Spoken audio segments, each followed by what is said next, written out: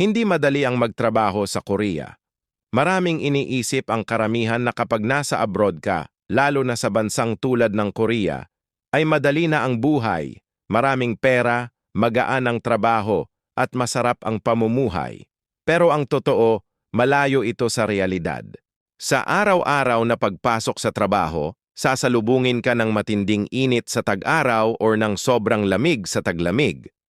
Walang kasiguraduhan kung magiging magaan ang araw mo o kung uuwi kang pagod na pagod.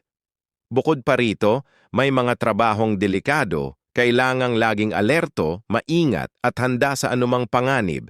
Hindi lang pisikal na pagod ang dala ng pagtatrabaho dito, kundi pati emosyonal at mental.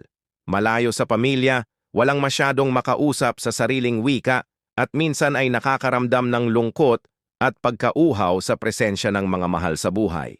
May mga araw na gusto mo na lang sumuko pero pipiliin mong lumaban para sa mga taong umaasa sa'yo.